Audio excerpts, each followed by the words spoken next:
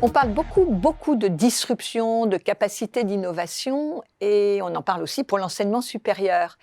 Mais y a-t-il vraiment des nouveaux projets suffisamment disruptifs dans ce secteur d'activité? Je pense que c'est le pari qu'a fait Tawhid Chtiwi avec son projet de Ivan City School for Technology, Business and Society Paris-Cachan. Un pari fort qui est de former des belles personnes, des étudiants, à des métiers qui n'existent pas encore tout à fait et fondés sur l'émergence de l'intelligence artificielle.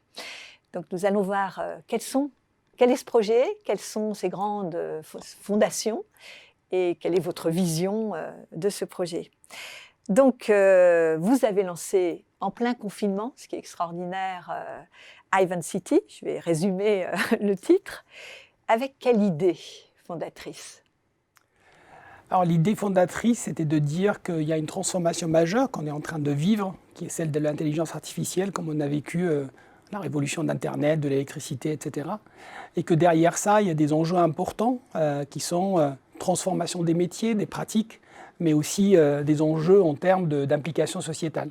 Et de dire qu'il faudra avoir un objet de formation qui sort des périmètres classiques, qui n'est pas une école d'ingénieurs formée sur les aspects technologiques ou une école de business formée sur les aspects en lien avec l'économie et qui permet d'hybrider et la dimension technologique, la dimension business management et la dimension éthique et sociétale.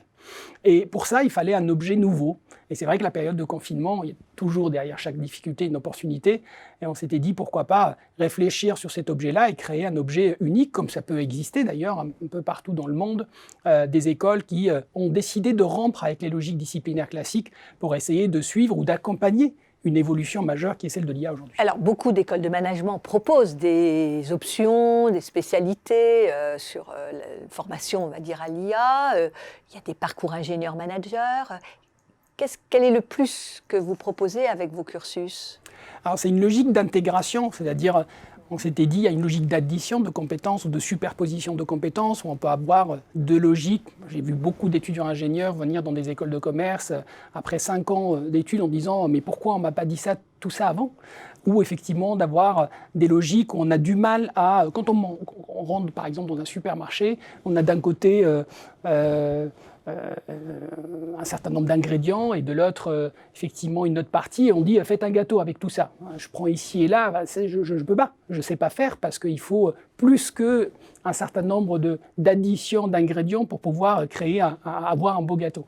Et c'est un peu ça, c'est l'idée de se dire, il faut avoir une démarche beaucoup plus intégrée avec une production qui est intégrée. C'est-à-dire, si on produit d'un côté des sciences de gestion et de l'autre des sciences de l'ingénieur et qu'on essaie de les additionner derrière dans des cours, ça ne marche pas ou ça marche que partiellement. Mais alors, est-ce qu'on peut… Alors, peut-être une question avant, c'est vous avez identifié qu'il y a un gisement de métiers, peut-être un gisement de compétences. Quels sont ces nouveaux métiers et ces nouvelles compétences qu'on attend sur le marché du travail, peut-être à 5 ans, 10 ans, mais c'est notre métier dans l'enseignement supérieur de… Quels seraient ces nouveaux métiers? Il y a une tension très très forte sur les métiers de data scientist, d'ingénieur IA, d'ingénieur machine learning, d'experts en computer visioning, etc. On voit aujourd'hui, il y a 300 000 experts à peu près dans le monde, alors que le besoin est déjà en millions.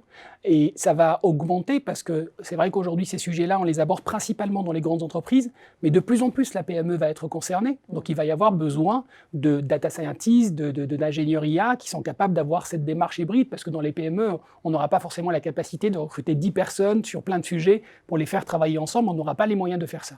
Donc, quelqu'un qui est capable de soulever le capot, de créer des solutions, de coder, de développer, mais aussi de considérer les liens avec les métiers, les liens avec la stratégie de l'entreprise et puis les implications sociétales et éthiques, c'est très très important et c'est des profils qui vont être de plus en plus demandés. Avec ça, il y a aussi une transformation des métiers. Quand on parle des métiers du marketing, des systèmes d'information, de la logistique, tous ces métiers-là de manager sont transformés par une IA qui va changer la façon avec laquelle on va présenter ses offres produits services, on va communiquer avec son client, on va aussi avoir organisé sa chaîne logistique, etc.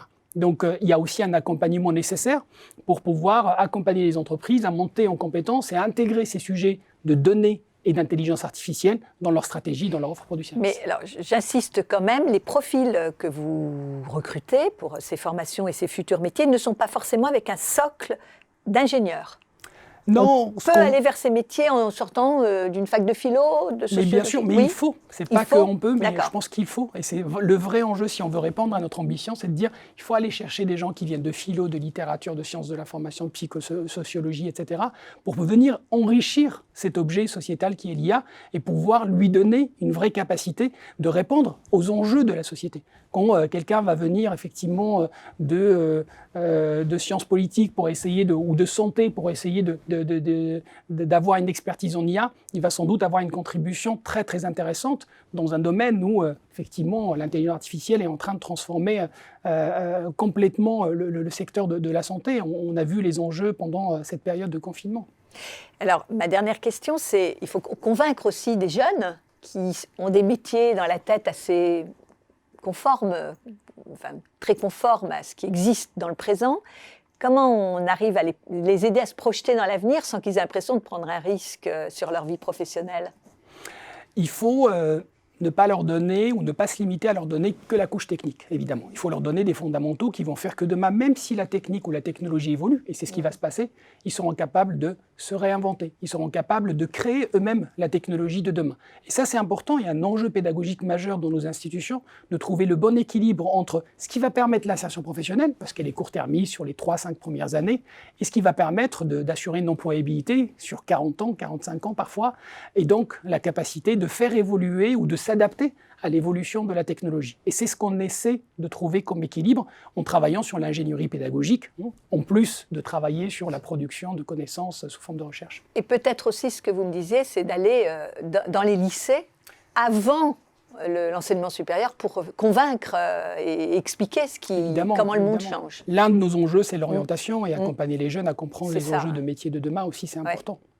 Merci de cet éclairage très intéressant et bonne vie, belle brise à votre projet. Merci beaucoup.